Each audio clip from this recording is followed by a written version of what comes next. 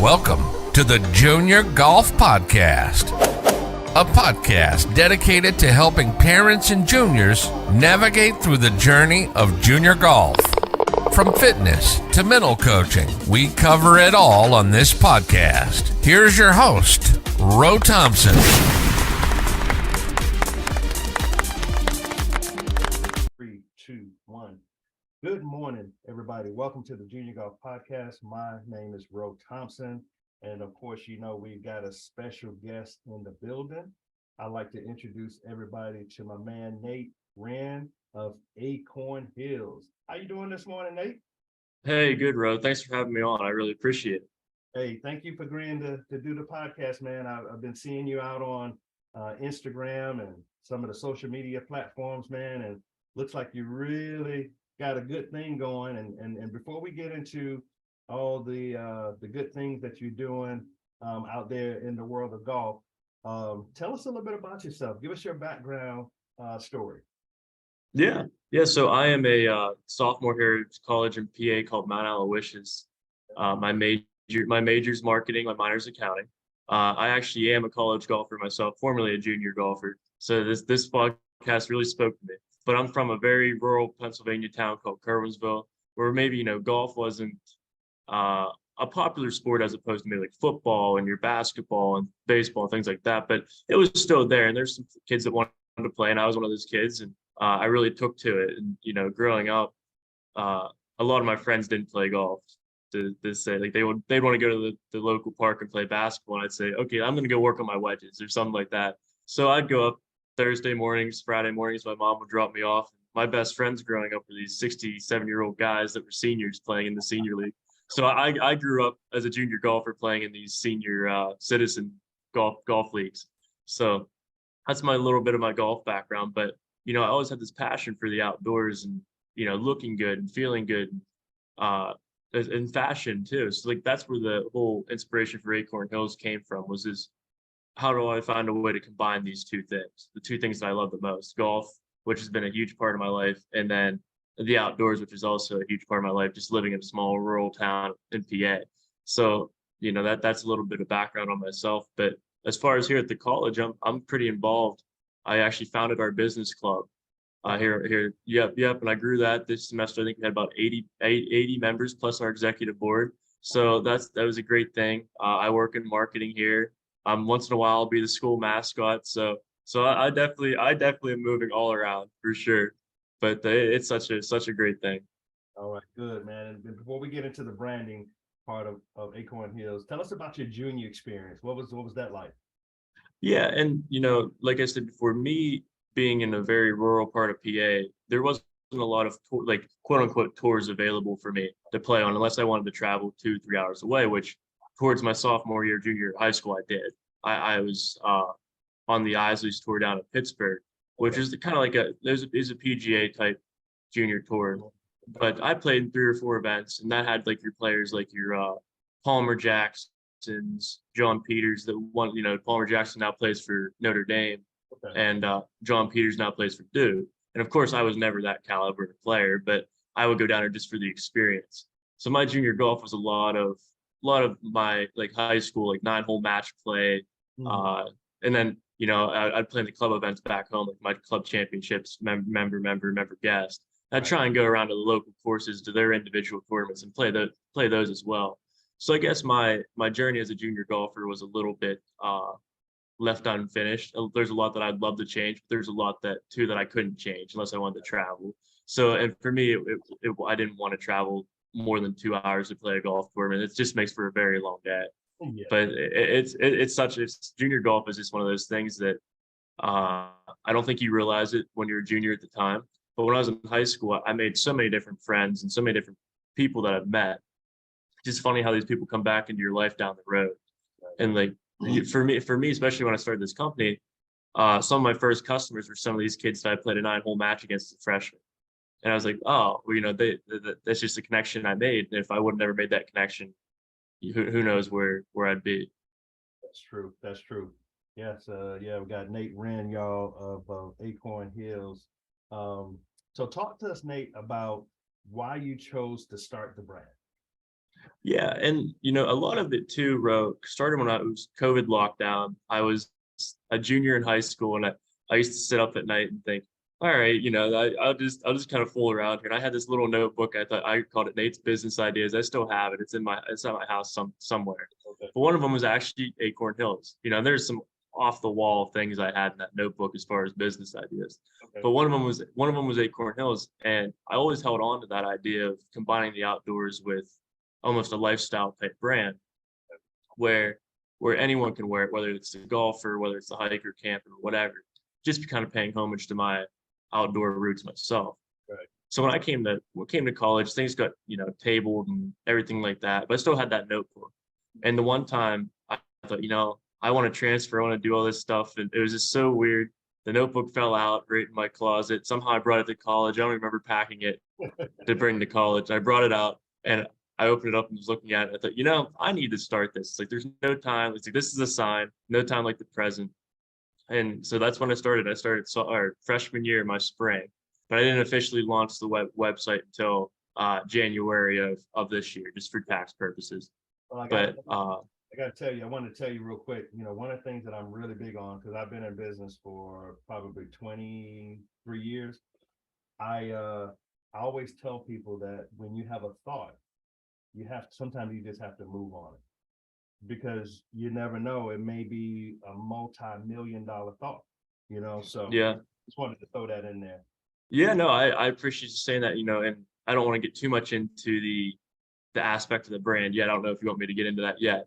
No, But we'll get into that. yeah, and it was just it's honestly every day I just woke up as a freshman there, my second semester, and thought, okay, how can I do a little bit better than I was the day before, or how can what's the next step I can do to maybe start the brand more. So I spent the next 6-7 months just researching and studying, and coming out of high school, I had a couple NIL deals with clothing brands for golf, because I would go out and I didn't go after any big large companies. Right. But what I would do is I would target these small companies and say, hey, I'm a junior golfer. I don't have the big name as maybe a D1 golfer does, but I'd love to rep your stuff. And I didn't get compensated or anything like that, but I got a lot of gear deals and a lot of time where I almost conducted this search, like my own research and development, without having to really spend the money.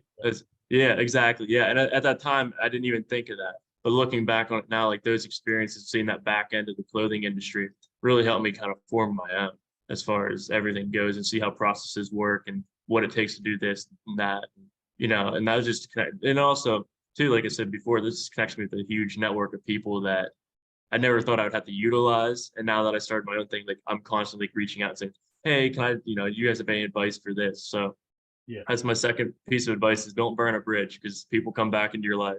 that's right. For sure. Right. So describe your experience, Nate, in creating this brand called Acorn Hills.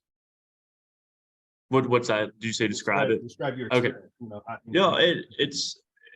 It's a mix between, if I had to pick two words, I'd say it's a mix between scared and rewarding, because scared is such a light word, because there are times when nothing about what your next move is. Like when I was building my website, I thought, geez, I've never done any type of coding in my life. It's like, I'm going to break something. And then when I was typing all my legal policies, I thought, oh man, I'm going to be a college kid and get sued. And this, I'm going to be done. And, but like I said before, each day you want to be a little bit better than what you were the day before.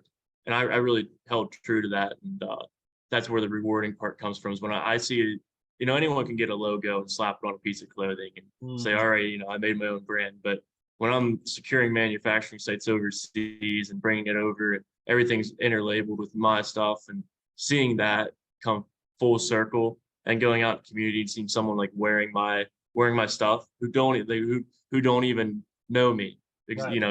they don't even know me. And I just kind of silent walking around, just like, wow, okay, like that happened because of my initiative that notebook, my initiative to start it. So that's probably the best way to describe it, is like, wow, just seeing kind of the following I have. Because on Instagram right now, I'm very close to 1,000 followers, and I can truthfully say those 1,000 followers are all real people. Okay. I've engaged with all of them, It's almost this type of, I don't want to say cult following, but they understand the mission. They're willing to support it. So I think that's the most rewarding part too. That's good, man. That's good. And so who's your primary market? Who are you targeting for this brand? Yeah, and Ro, that's a great question because my first launch was geared towards golf because it's what I knew most about coming out of high school, having the NIL deals, playing golf all my life. But really, the more we get into the brand, I'll explain more. But it's for anyone, any apparel for any outdoor activity. So anyone that just loves the outdoors. And my tagline is look good, feel good, do good. And my idea is when you look good, you're more likely to feel good about yourself. And then you're more likely to kind of spread that and be contagious to others. And for me, my clothing just helps you get there. It just helps you start that process. It's that tagline is a process, not so much a words to live by, more or less the process that starts with us.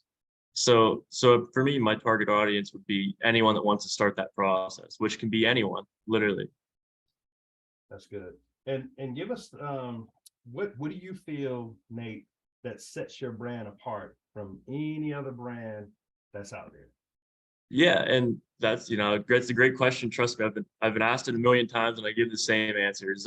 Our hang seed tags, because really we're not different clothing wise. There's other companies out there doing, making clothes, doing stuff for outdoor activities and sporting stuff, but there's no one trying to help like eliminate their carbon footprint. Where with us, if think about it, Ro, you go into, I don't know, a major retailer like Dick's or, we'll say TJ Maxx that handles all types of clothes from all over the world. And you see that hang tag and you look at that little hang tag, it's a piece of plastic and then, it's tied on with a piece of plastic. And you look at that and you multiply it by that many pieces in that store times that company, you could just sit there and draw variables all day. Mm-hmm. And you really think about that, all that plastic that's being made, being wasted, because when people get that hang tag, first thing you do is clip it and you throw it away. Yeah. When you get a piece of clothing, unless you're trying to return the clothing. Right. But with us, with me, I actually manufacture these in Canada. They're seed tags. They're made out of seed paper, and they operate the same way as the hang tag would. I tie it onto a piece of string or a bobby pin, mm-hmm. And you get that item, you cut the tag, and then you plant it into the ground, and pretty soon you have 2 to 3 weeks, you start having sprouts of these wildflowers. Wow. So it's truly amazing. And my thought process. So you don't have to throw it away. You can. No, but exactly. You can plant it. You grow, quote unquote, grow with us. Yeah. But it's funny because even if the person would cut it and throw it away, eventually it's going to get to that landfill where it'll probably get in the ground if it rains. Yeah. It's inevitable. These things will get planted regardless. Yeah. So it's just a great process. I think there's no one really out there communicating that message better than us. That's good. At this point in time, as far as small startups go, I'm not trying to compete with Nike. I'm not trying to compete with Under Armour. I'm just trying to do my own thing, stay in my own lane, and the people that want to understand the mission, support that they're going to follow. That's great. That's great. And Nate, did you have anybody that actually helped you launch the brand? Anybody that you want to give? No, a lot of it, Ro, was me. A lot of it was me. A lot of times that I work what I say a 14-day week, because I'll go to school from 8 to 3, 8 to 4, and then from 4 on, unless I have golf practice or another like the gym or something like that, 4 on, I'm basically working on this. And a lot of nights it was 4 to midnight, because when I'm negotiating overseas, the time zones are different. So a lot of times it was very, very difficult for me to do it myself. But no, as far as people helping me, now right up the road is at SBDC. I don't know if you're familiar with those. They're small business development centers for colleges. A lot of times they're governmentally funded, so it's all free for me. But I partnered with them once or twice when I was first initially launching it, saying, hey, can you just look over this, say it looks good? But, they've said, they more or less told me, all right, be prepared to fail. And for me, I didn't like hearing that. So I kind of just do my thing, and mm-hmm. I'm starting to get approached by all different people, which is great. Great problems to have, but really it's just me right now. Good. Okay. Yeah. And how do you when do you think your brand is good for junior golfers as well? Oh yeah, without a doubt, without a doubt. Our sizing is for junior golfers. I look to expand that down the line to go even smaller to where I go for kids, offer kids size. But right now, it's the men's and unisex sizes. So, but it'd be great for junior golfers. I had a couple junior golfers buy polos and college golfers and stuff. Everyone loves it. So I think it would be great for junior golf. Okay. And what type of material um do you use for your products? Like shirt? Yeah. Yep. So I guess the best reference to tell you is actually my manufacturer overseas is the same supplier that supplies FootJoy and Peter Millar. So think of those type of shirts, and that is what you're getting with me. But Okay. I obviously I'm not going to say I'm the same thing as Peter Millar and FootJoy. It's just it comes from the same vendor, same supplier, and my hats come from like New Era. So if you think of these products, these high quality products, and I'm offering legitimately the same thing. So a lot of your polyester, spandex, cotton, you name it, we have it. So it's good. It's good stuff. And what you have hats, you have shirts, you have sweatshirts. Give us an idea of Yeah. what So product you got. yep. So right now I have, of course, the quarter zip, the hat, the polo. I also have another hat coming. I had all these t-shirts drop yesterday. Actually, it's a very, very sad story, Rob, but they were irregulars. They're basically a shipment of irregulars. Yeah. So I eventually I put them on the site, launched them, everything happened, came in, they were irregulars, took them off the site right away. Have to redo the whole bulk order, but I have t-shirts and stuff in production as well. So there'll be more items coming. But I'm very internally financed, so as long as everyone keeps following me, there'll be more products, I promise. But Good. Well, listen, so what's the future of Acorn Hills? yeah, I think the future is it's hard for me to say, maybe a year from now where I'll be, but because if you would have told me last year at this time that I would be featured on the Weather Channel, featured in USA Today, I would say, "Oh, you're crazy, Ro." But I think maybe a year out, I'd like to be in some suppliers. I actually just signed a contract today to be in it's called REI Outdoors. Yes, Uh, I'm be, familiar with REI. yeah, Yeah. yeah. Do a small batch order to see how my products go in their stores, but did a little batch order to them. But I'd say to get in some retailers, some pro shops. I got some local pro shops that are holding my stuff, and I'd love to get in some more. But then also, expand the mission, things like that. Gotcha. So That's keep good. growing, keep And growing. you're only a what, sophomore, junior in college? I'll be a junior. Yes, I'm only a sophomore right now. So I'm Rising. what rising junior. Yeah, it's something like crazy junior, I guess. Yeah. Well, good, man. Sounds like you're doing well. So, is there anything else before we get into a little bit more golf talk? Anything else you'd like for our listeners to know about the brand? Yeah, I can. Well, I'm my like I said before, my tagline is look good, feel good, do good, and the customer does their part by planning the tag. But it's like, how do I, as a CEO, founder, stay humble and do good on my part? And that goes to actually practice what I preach. I partner with the National Forest Foundation. Mm, For every item that's ordered on my site, I plant a tree. So to date, it's a tree in the national forest. So all over the United States. So to date, we planted about 120, 125 trees. that's So good. it's been great. Yep, and I look to only expand on that. So if you want to check me out, I'm on Instagram at acorn.hills and online at www.acornhillsco.com. It's great stuff. Good. And are you on Facebook and Twitter? I am. It's not on Twitter. I'm on Facebook. It's just On Facebook. Acorn Hills Clothing Company. Yep. Okay, great, great. Now, so let's switch gears a little bit. Let's talk about Yep. the bag. What's in your bag? Yeah. So I used to always shape the ball a lot in high school because one, I played a softer shaft. I played 6.0's Project X Okay. and Mizuno. So I shaped the ball a lot. And me being a righty, I'll hit a natural fade, or if I want to hit a draw, I can. But I play Mizuno's. I play hot metals. I think they're 919s. They're a little older now, getting older. But those are the irons I play. But I have such a mixed bag. Right. My driver's Callaway Speed, the whatever it's called, Rogue Speed, or I forget what it's called. Okay. And then I have the Sim 2 hybrid, and then the Sim 2 3-wood. Both have the Ventus blue in them. Wedges I have. I don't know what wedges do I have here. I have a whole bunch. The Callaway Jaws, like the raw finish one. Yeah. Yeah, raw finish Jaws. And I Mhm. also have another Callaway Jaws. It's just a forged. I think it's a Mac Daddy 3. But and then what other? Well, putter I have the Odyssey 7S. Like it's like looks like I call it the vampire, but it has like it's red with the fangs and stuff like that. I have the counterweight in it. But yep, that's my bag more or less. And Right. for school I play. What's that?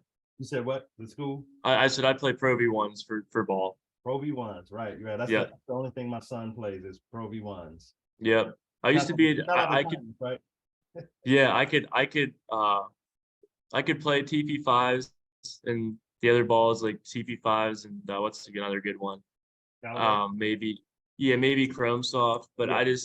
I just never liked the feel. And even with the Pro V1X, never liked the feel. So I just always been a Pro V1 type of guy, and low numbers only. No high numbers. Gotcha. And what kind of index you carrying today? Yeah, and in college I probably carry about a 4 to 5, I would say, just because one, we playing a lot of longer courses, and then a lot of more difficult longer courses, all from the tips. I mean, as far as you want to go back, we play up to 72. Yeah. Actually, for conferences this past year, we played a course in Pittsburgh called Nevillewood, and it was 7,500. And I don't hit the ball long at all. So you were saying about when I hopped on here first, you said about your son with the putts. I'm kind of a different type of college golfers. I maybe hit the ball 250, 260, if that. But when I putt like average putts, it's crazy. My average my freshman year was 25 and a half putts per 18. What? Yeah, my putting's unreal. But at times, but when it's off row, it's also unreal too, because I just can't score. I'll be playing for doubles and bogeys, and especially on those longer courses. But so back home, when it's a shorter course, I'll play basically scratch, or I'll play what did I shoot this past summer? I think I shot a 65, 66, somewhere in there at my home course. So I can go real low. I think probably I'd say scratch would be perfect when I'm at home. I do keep it a little high though, because I am in a men's league back home with a bunch of seniors, and they like to sandbag a little bit, so I got to keep it even a little. Yep. I have it set to 2 right now, so we're okay. Gotcha. But now, who's your favorite player on the PGA Tour or player? oh man, that's like saying picking my favorite song or something. That's a tough question. Right. Okay. I mean, it changes weekly.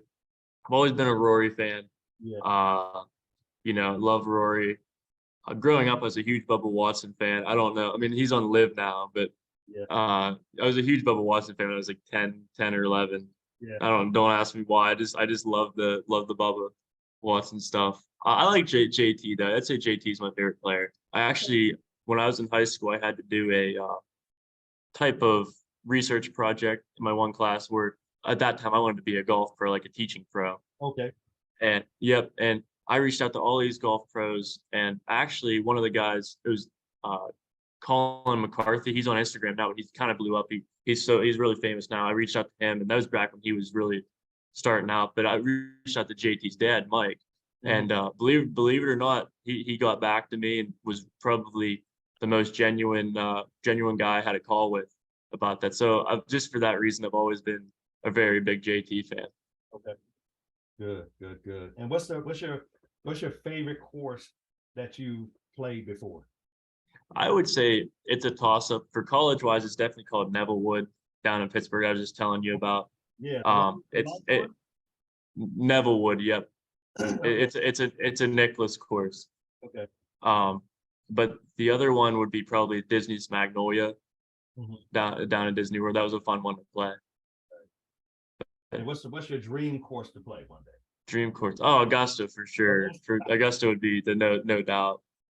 But yeah, hey, listen, you got a good head on your shoulders, Nate. And Augusta, you never know, might be just around the corner. maybe I'll take you with me, bro. Yeah, yes. I'm speaking it. Sounds good. I like it. Good, man. Well, listen, man, we want to thank you for coming on the podcast today. We wish you well with the brand. It's amazing that you're only a sophomore and you're launching your own brand as a sophomore in college. That reminds me of the Bill Gates, drop out of school. I know you're not going to drop out of school. No, I'm not. I'm running it out of my college dorm though. I have a couple inventory spots where I ship out of, and one of them is my college dorm. So constantly, and it's very nice too because the post office is literally within walking distance. So every day I'm taking packages and stuff. So it's quite the funny thing if you really sit down and think about it. But yeah, man. Well, good luck on all your business adventures. If we could do anything for you at the Junior Golf Podcast, man, we just let us know. Reach out to us. And man, you enjoy the rest of your day, okay? Thank you for listening to the Junior Golf Podcast. You can follow us on Facebook, YouTube, Instagram, and TikTok. We hope you enjoyed this new episode, and if you did, please leave us a review on Apple Podcasts and Spotify. Please share this episode with others who may be interested in this topic. Also, feel free to let us know what topics you'd like to see covered in future episodes. Get in touch in the comments or on any of our social media networks. See you next week for a new episode